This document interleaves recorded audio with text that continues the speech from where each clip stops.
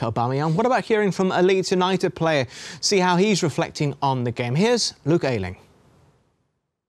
Luke, disappointing, particularly against your former side, but what was the most disappointing aspect of that performance? A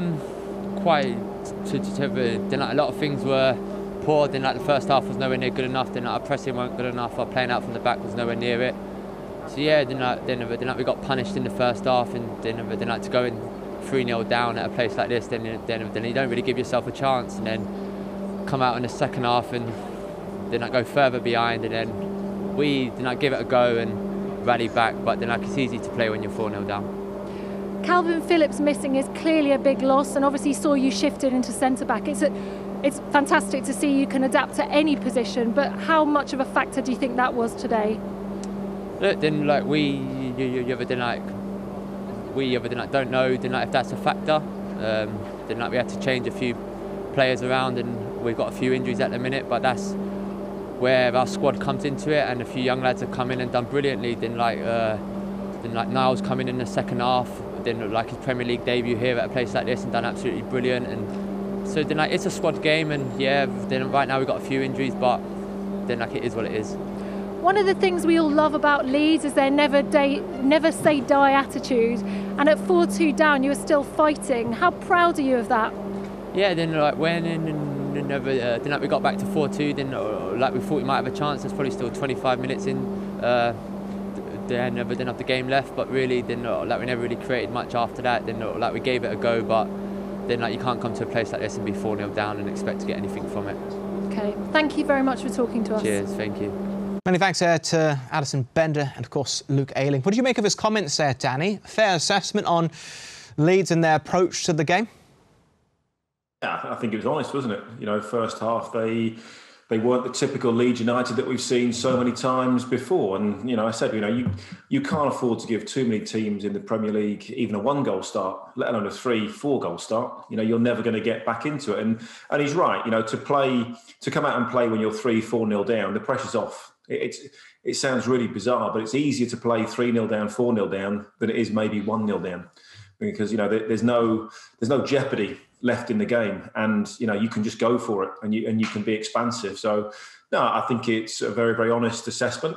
But Leeds they got promoted from the Championship last season. That's what you have to remember. Leeds are one of the first teams that have come up where everybody's sort of expecting them to win every single game, and when they don't win a game, everyone's very, very disappointed. That's a bit of they should have won that. They should have done better. As long as they survive this season, which they will now, that was the main objective. They've got to maybe look at the balance of the way they play at times, because you're never going to be successful, just trying to outscore teams all the time. They've only drawn 2 games this season. If they'd have managed to draw maybe 4 or 5 more games and not gone for it every single time, then perhaps, that they'd be much further up the table right now. Would you say that's naive, Gio? No, I don't think so. It's just like being loyal to your style. And that's what he does, Bielsa. We've seen it with all the teams he's got. He's not, he's thinking about his own style. He's sticking to it. And, that's why we see great games by them. And we see them winning games quite comfortably, losing games when it's not just happening for them. But I think sticking to your gameplay, to your style, will eventually give you the most points. And as Danny said, they have a lot of points now, almost secured their place for next season in the Premiership. So I love watching them.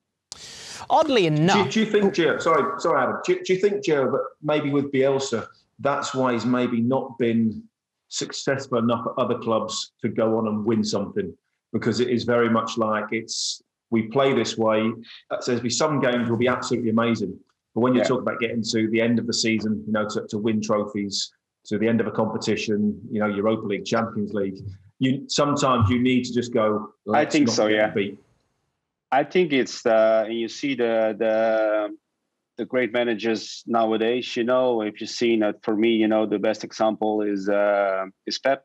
I've been able to be around him for many months last year, and I like him because he adjusts. He doesn't. He has the same style of play, his vision, how his team needs to play. But eventually, he's just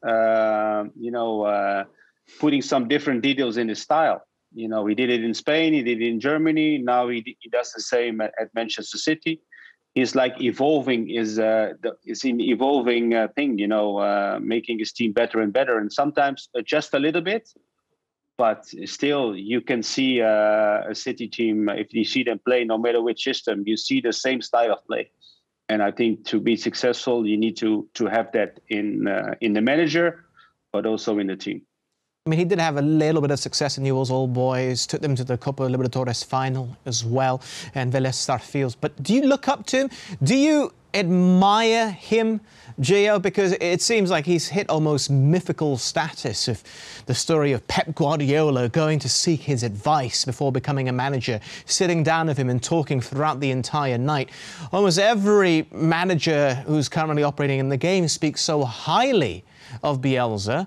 But do you personally admire him? Because from an outsider's perspective, and from me, who's never played a game professionally, he seems to be able to get the most out of a squad more than any other manager in the division, at least, in the Premier League.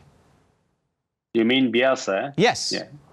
Yeah. No, of course. I've seen so many documentaries about him, the interviews, his teams, how they play. And he's very demanding. I think it's very clear. I think he gives his players a clear gameplay, how they want to play. He's training a lot. He's demanding a lot from the players. A lot of physical work, a lot of tactically awareness of opponents, of their own style of play. And I admire him. And just looking at his teams. So I think you can always learn. You don't never stop learning as a player. You never start learning as a coach. And looking to other great coaches around you will only make you better. And I see that in Bielsa. I have that with all the conversation I had with Pep.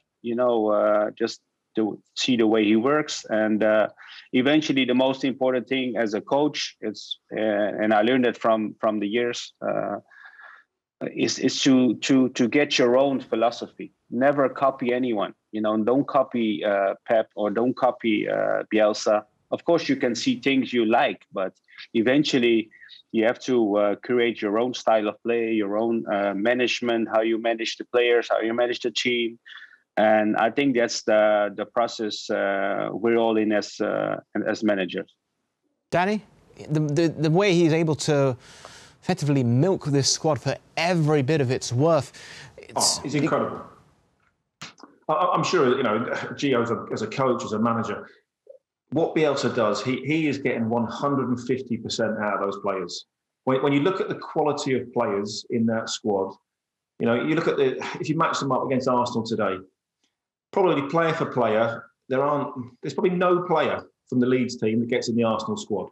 But on their day, they have been absolutely outstanding. And Gio's right, that's down to hard work. Often they train 3 times a day, which even in the modern game is unheard of.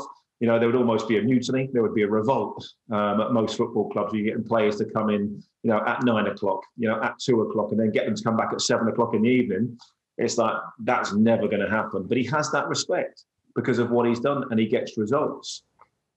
But I just think, to go to that next level, you either have to have the sort of players that Pepper's got when you are talking outstanding. You're talking at John Stones, Ruben Diaz, centre-backs, Gundogan, Fernandinho, Rodri in midfield, and then Sterling. So to be able to play the way that Bielsa plays and be ultra successful, Leeds either have to buy in a higher standard of player so they don't make the mistakes that they're making like we've seen today, or at times they've got to change their philosophy. And when they get 2-0 up or 3-0 up, then they've got to say, right, okay, we see the game out. Fulham game at the start of the season was a fantastic example. Leeds are winning the game. They're 4-0 up. And then by the end of the game, it's 4-3. That should never, ever happen because you just see the game out. You get back to 4-1. You go, okay, that's enough. 4-2, definitely. You go ultra defensive. You start to clear your lines and you just win the game. Simple as that. And I think this is where Leeds are going to have a real sort of decision to make next season about what they do, how much money they invest, obviously to improve the squad, or where they are happy to finish. Will they be happy to finish mid-table again?